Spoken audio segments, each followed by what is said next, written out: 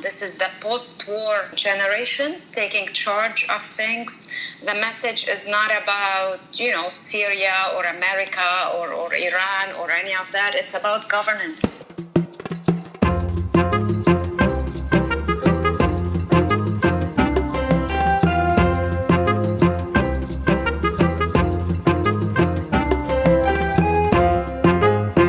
Joyce Karam. There's plenty of uncertainty, the economic situation. I talk to family and relatives, and they're stacking up on bread, on fuel. They're not sure what's going to happen to their bank accounts. So in that sense, there's also a lot of anxiety watching these events unfold in Lebanon. We are the post-Civil War generation, but both of us are old enough to remember either the war itself or, for that matter, previous attempts at demonstrating and calls for reform. So do you think that the moment is special simply because it's been so much time since the Civil War ended that the younger protesters don't have any recollection of not just the war but previous attempts? Is it simply that they're young and they're less cynical than we are? I mean, they're definitely brave. We were brave too, I believe. But in a sense, this is not a generation that's examining Ta'if agreement. This is the post-Ta'if. But a lot of our protests were about the Syrian presence, the Israeli attacks in Lebanon. So in that sense, there was always an outside player. Right. We also protested for, civil society, for civil marriage in Lebanon, but this is just much more broader. And it's much more of a unifying moment in Lebanon. I mean, you hear the same slogan in Tripoli, repeated in Hermel, repeated in Riyadh Salah. So in that sense, it's more consistent. To me, it seems more like a purely domestic reform, unifying demand. That these are local demands against local leaders. And it's less to do with external decision-making, but it's more to do with genuine accountability, which we have not seen before. Because it is a very special occasion, and you're saying it perfectly. It's not Tripoli or Nabati or Beirut, it's the whole country, all the way to Hermel. Is it that things really got to the tipping point for everybody in the country that finally people turned the page? I mean, I think it's a couple of things. So on the economic level, there's a lot of frustration that, even when you're working 8 to 5, when you're doing the best you can't get a salary good enough to sustain your own family. But then also you have unemployment rates, which are probably, in 2017, they were 37% among the youth. I bet they're much higher now. Yeah. So you have a lot of people out of jobs. You have patronage system that the WASTA and everything that, prioritizes connections over qualifications. And I think for this generation, for especially the millennials, I think they're brave enough to say we are sick of it. For our generation, maybe we were more, we had more fears. We were more chained to a political system because of the security, because of the stability, because the external factors that were tied to it. But what you see in the streets today, these people are just like, no, this is our moment. We're gonna be driving this now. And it didn't start, I don't think it started on October 17. We've seen it before with garbage crisis. Right. Right. So it's been building up. So in that sense, it's economic. It's also political. Lost any confidence in this, political elite. You see it in the. I know even people who supported Michel Aoun went to the protests. Even people who liked Saad al-Hariri just had given up, Right. So it's in that way, it's overarching movement. It's frustration on several levels, and it's just, I think, the youth mostly saying, we can do this. We deserve change. We deserve accountability without being tied up to one leader, to one, political party. It's interesting. There was I'm going to sort of cite a tweet that you posted where it says, and I like the chronology of the first 4 points of the tweet: protests in Iran, protests in Iraq, protests in Lebanon, and protests in Syria. And it seems like all of these protests are really domestic issues, even though the entire region is oftentimes linked up geopolitically, and we can talk about this later. But these protests are purely local calls for reform. And it almost seems like this is spreading naturally. And people are watching other protesters demanding accountability within their own countries. And suddenly you see it.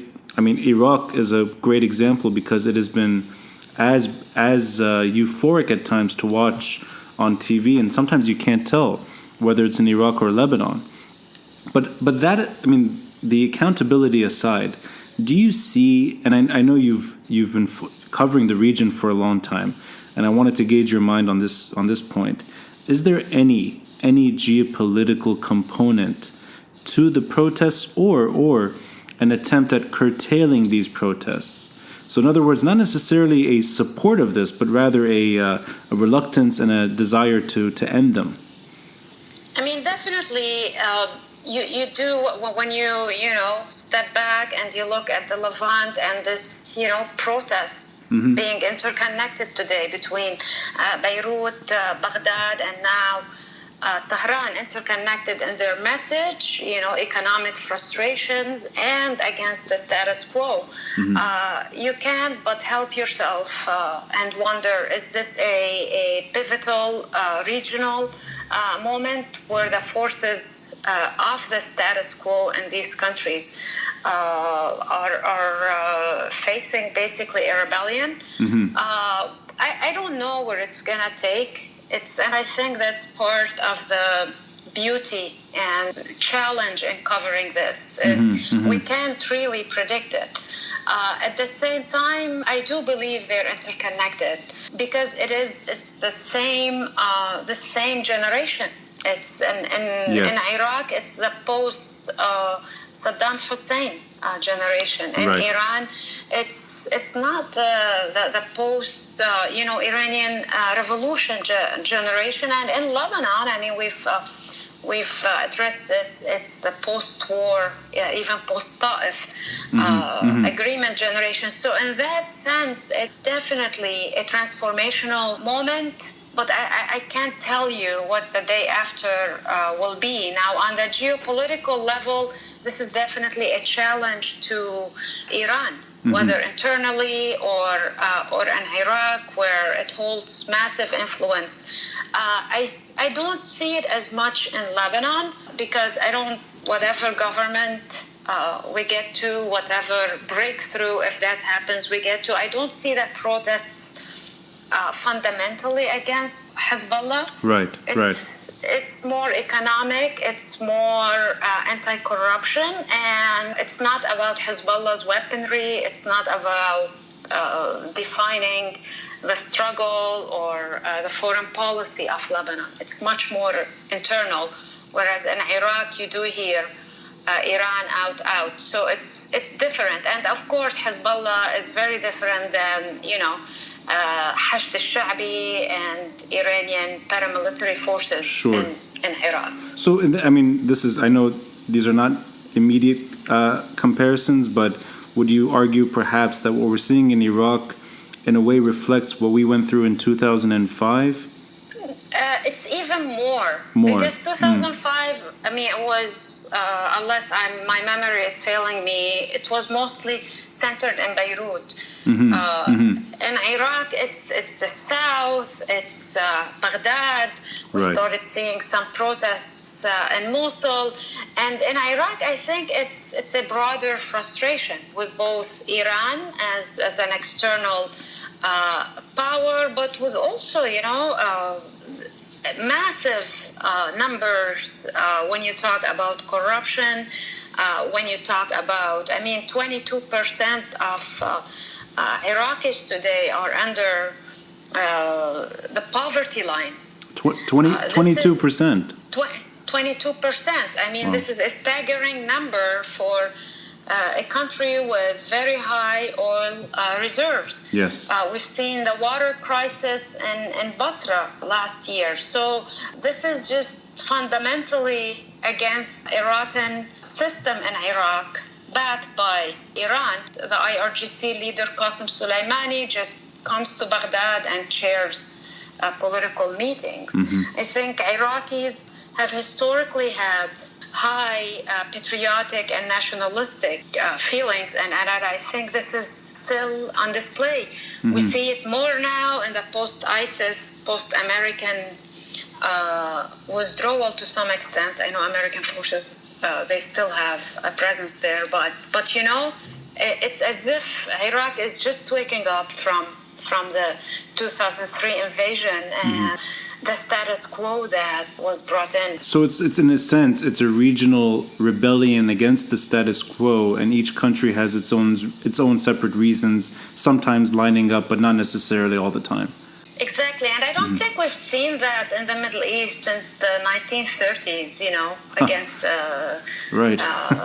against the European, British, against the British and the French mandates, or before that, the first Arab rebellion against the Ottomans. So in that sense, this is regional, and it's we'll see where it goes, and it's definitely, the way I see it, holds many similarities, yet many specificities as well per country, and it's historic. You brought up a subject that I wanted to get into, which is America's at least nominal support for some of these protests, and at times statements have been issued in support of the average protester and wanting the regimes to protect these protesters.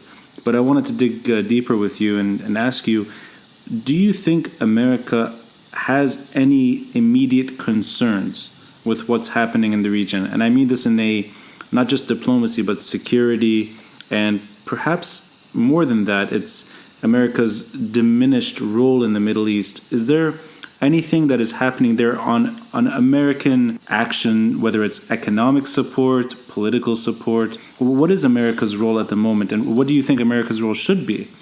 It depends. I think the U.S. policy now, if we can call it a cohesive and a consistent U.S. policy, I don't think we're that might be an overstatement to see a one U.S. policy or a strategy in the region.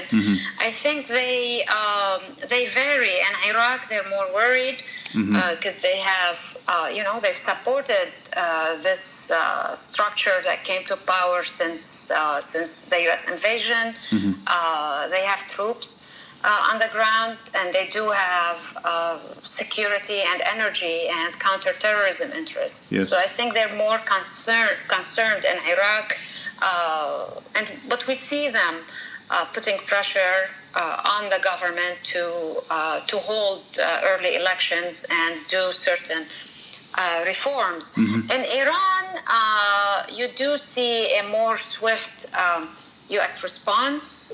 We saw... Yes. I think it was Pompeo yesterday issued a statement. The White House issued a statement. Yes. And Pompeo issued a tweet. That's I always forget that's how it works today. You're right. Pompeo issued a tweet. Sorry. Right. Supporting the protesters and condemning the regime. Strong condemnation of the Iranian regime. That we can definitely say this administration is not exactly, they don't hold strong admiration, I think, for the regime in Iran. So they were quick to issue that. Yes. In Lebanon, I think there are concerns, U.S. concerns over an economic collapse or chaos in the country, but there's also big support for the protest movement. We see it in talks with U.S. officials. They see this as a different moment, as a unique moment where maybe they could help bring together a government that's not as corrupt and not as beholden to corrupt political elite. No, we've seen, I take it as a sort of mixed messaging where sometimes the U.S. government appears to be punishing the Lebanese army, at other times supporting. We've seen pressure against local banks, and at other times clarification of how far they're willing to go when it comes to sanctions. Do you think America has a strategy when it comes to Lebanon, or is it really just seeing how things develop and taking it step by step? Because you said it earlier, there's no cohesive strategy per se, or at least doesn't appear to be. But is there any larger view on the Lebanese issue, or is it really just play it day by day and see what happens? No, when you speak about the U.S. government, it's which U.S. government we're talking about. Are we talking about the White House?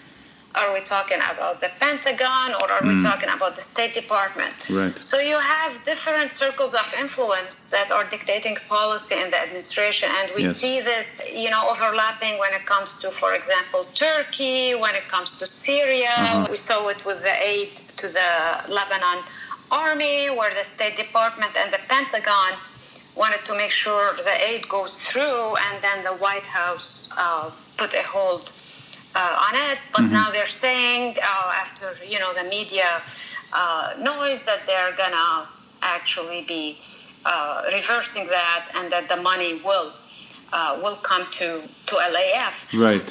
The problem you see here is different priorities for these circles. So the White House is more concerned about Hezbollah's influence, Israeli interest in Lebanon, whereas, you see the Pentagon more concerned about U.S.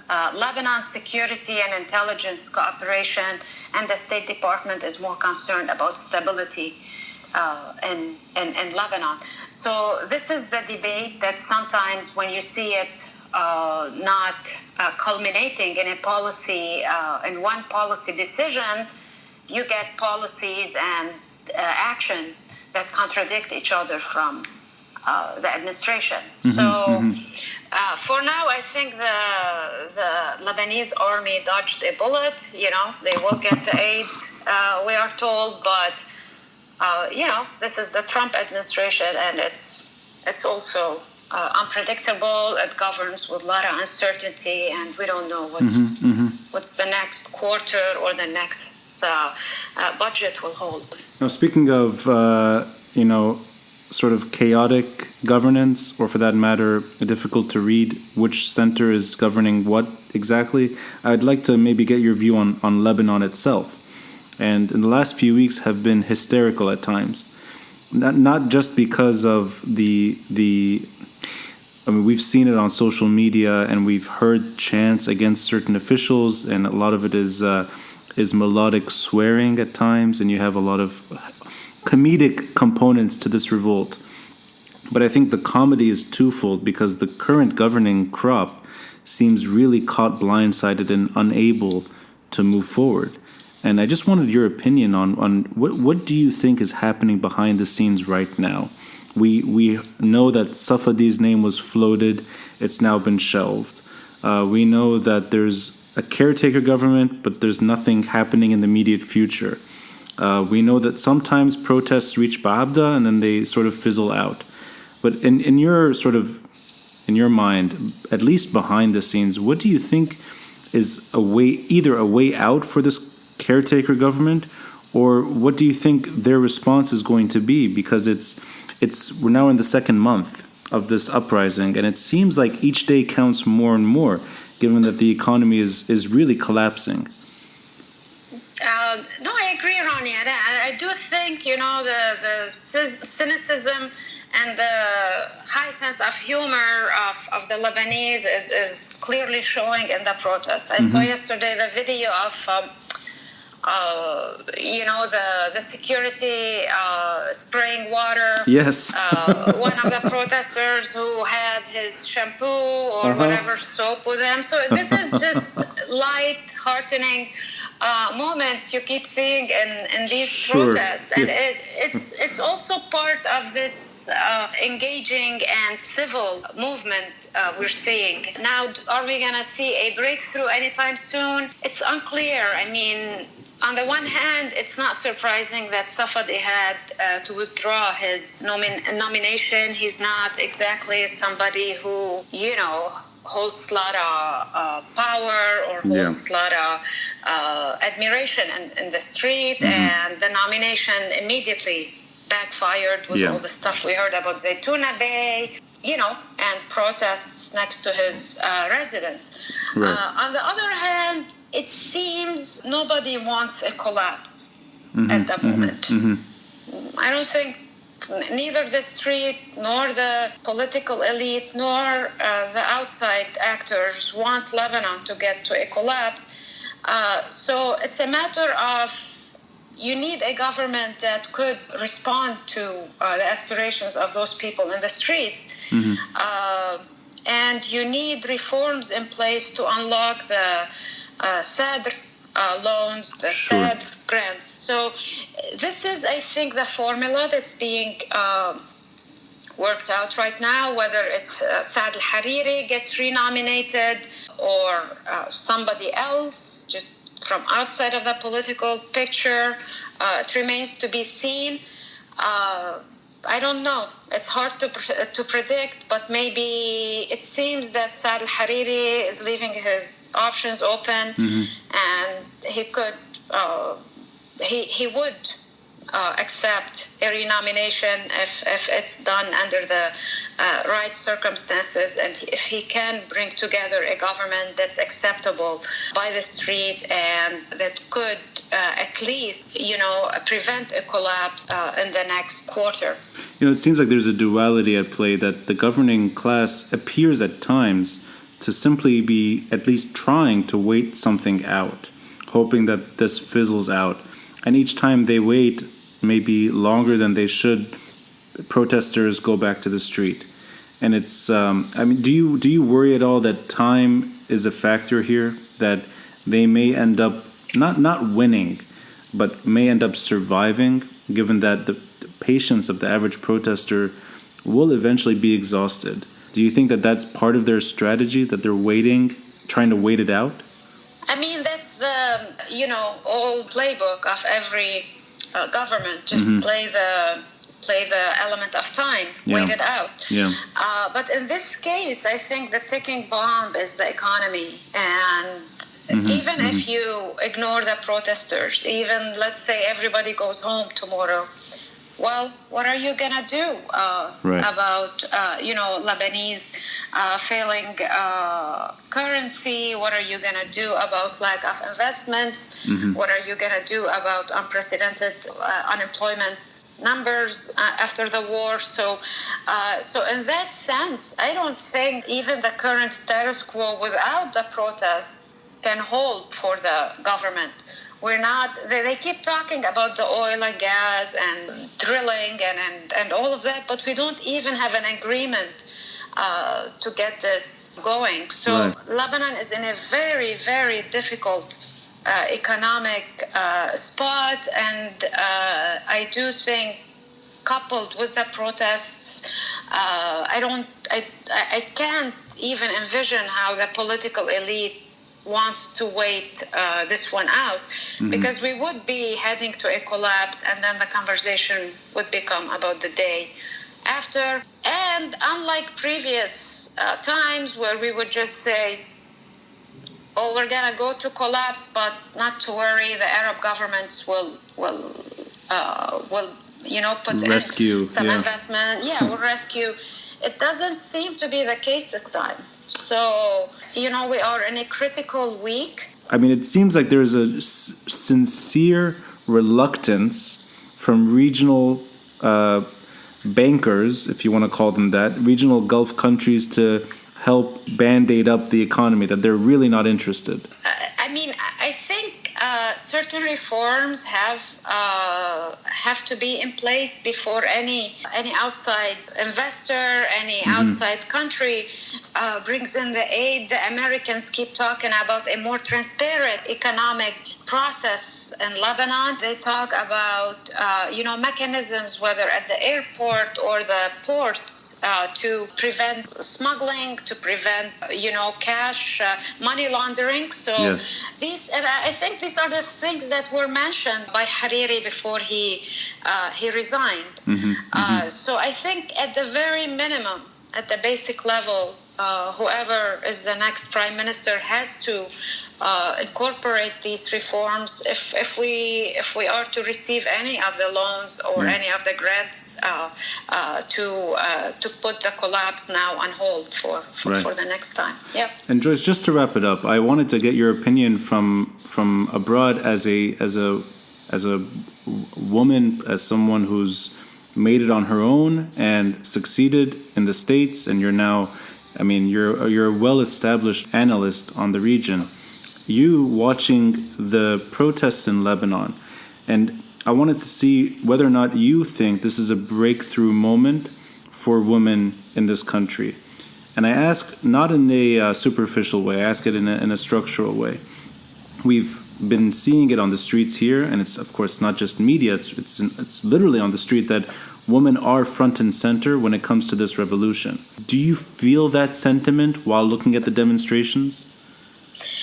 I feel a sentiment all over, I think, even before.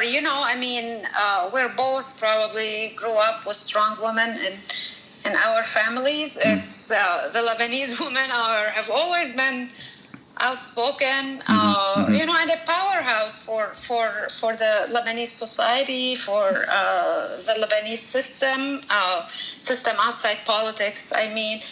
Whether in Lebanon or abroad, seeing them in the front lines now is inspiring.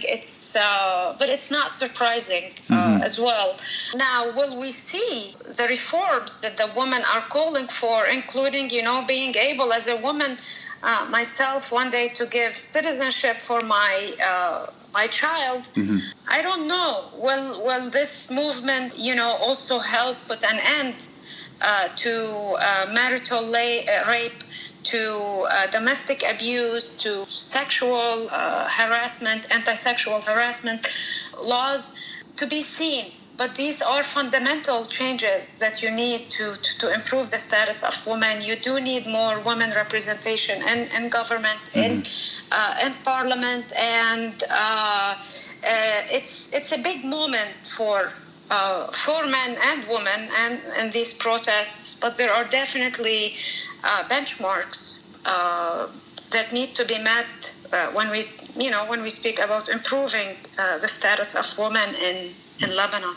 And Joyce, just to add, did you come to Lebanon while the protests were happening, or have you been away the whole time? Yeah, no, I've actually I arrived on the day I arrived on October 18. Oh wow! To Lebanon. Wow, you flew in. Wow.